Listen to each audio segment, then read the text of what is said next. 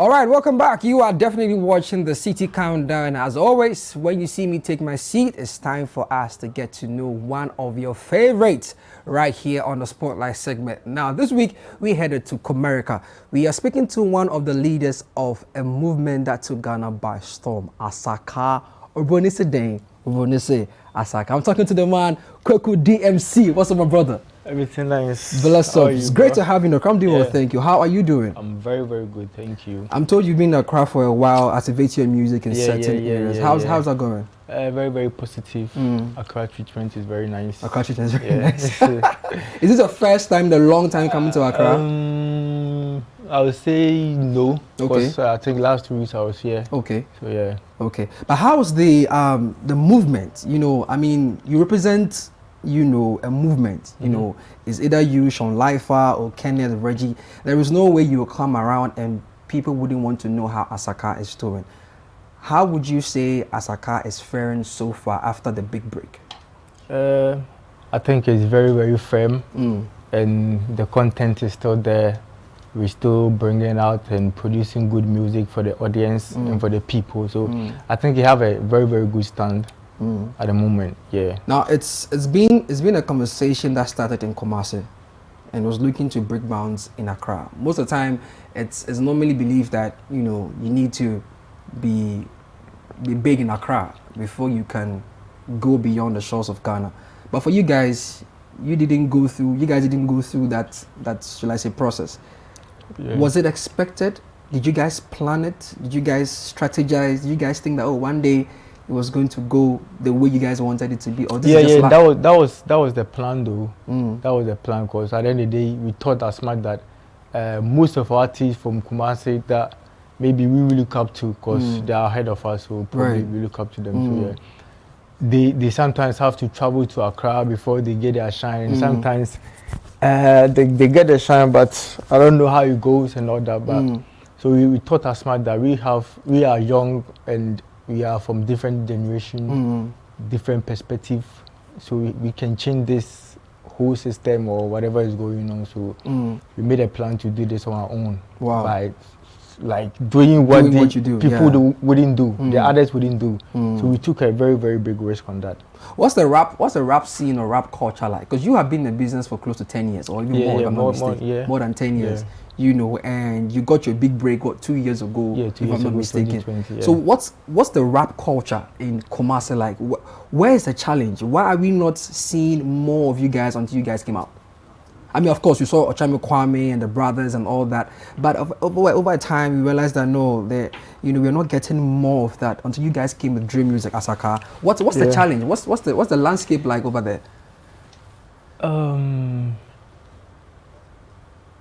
I would say first is the content, because this is a generation whereby a lot of stuff goes on. So if you want to really, really catch the audience that you really need, you have to fill in the space. You have to get within the environment. So yeah, I think that's what we did, or that's what we are doing. That's why it's blowing up. Because we tried our best to get involved with the people. So everything is really taboo to them. It's like, oh, so yeah.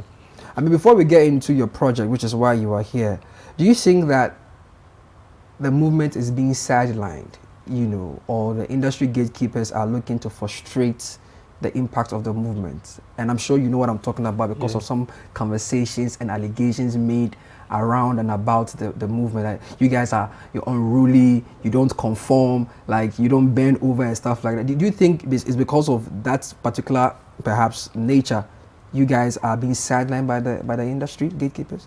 I'm not sure we're being sidelined, because I don't see anything like that. Because at the end of the day, we are getting shows, we are up there on the platforms.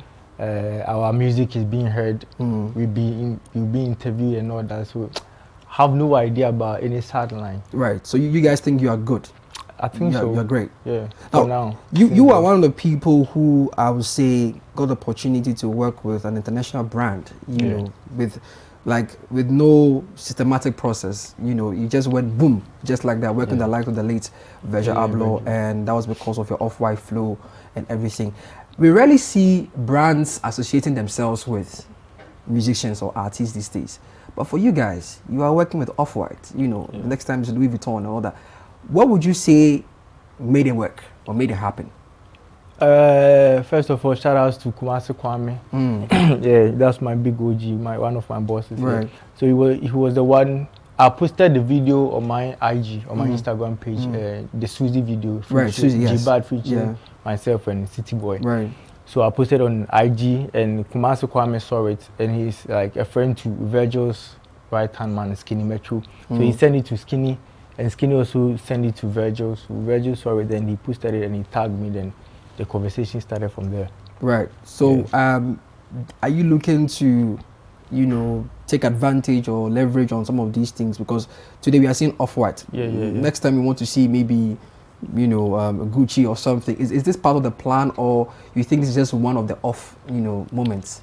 I think right now it's part of the plan. Right. Because even though we didn't start, as we started, we didn't have any plan like that, Right. but just that it just happened, God's plan. So I think right now it's our plan. Right. No more God's plan. So yeah, I love I it. think we have to take it from there. Yeah. Now you released a project called Road to the Jungle. to the Jungle, but before that there was Road to the Trap to the House. Trap House. Yeah. What's the difference between the first one and then this one?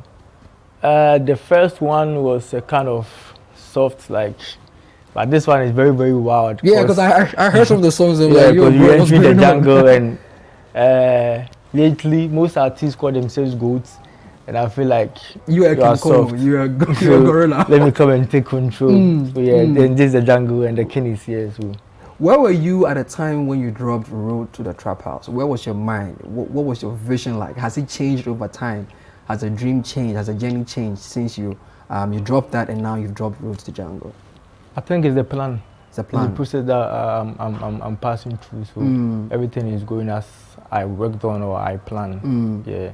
So you're saying that 10 years ago, you foresaw this happening, everything is happening the way you want it to be? I keep telling my guys every day when I wake, especially Kenneth. They were like, I talk to him most times, like, I'll be like, But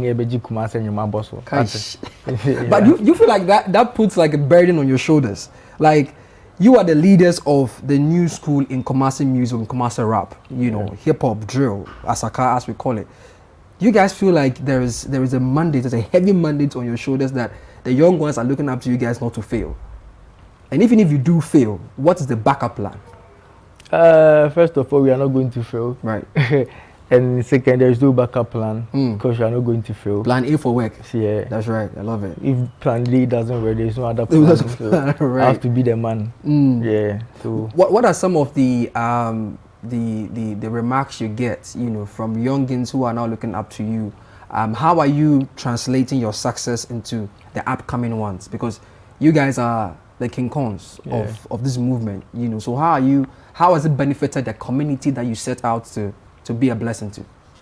we're giving these young cats or these upcoming artists the platforms because we have recording studio, we have video guys, so there will be an easy access for them to give their craft to the audience. Are they recording for free? Oh yeah. Oh, yeah, nice, yeah. nice. Okay. Yeah, so you record, give them, master, and everything. Okay. Everything, and we give them a video shoot for free as well. And the positive links that we have, we also try to do the same for them. We connect them with these people. Then. So do these people fall under your label, Legacy Life? Nah, you don't have to fall under our label before you get all these things. You just have to bring your craft. If you're a positive person, you push. Yeah, that's lovely. I love to hear that. I love to hear that. Okay, so let's talk about Road to the Jungle. It's out now on all streaming platforms. 13 songs. How long did it take you to put the project together? I think it's a long time. It's a long time, man. Because I hear some of the things you say in there. Mama say, doctor. Yeah, but did they really want it to be a doctor? Yeah. Like you be a fine doctor, like Dr. a DMC. doctor, a lawyer. But me myself, I wanted to be that in the entertainment section, or being a law firm, or like working in the law firm, or being a spy. Oh, wow. Yeah. I think you do well with that, though. Yeah.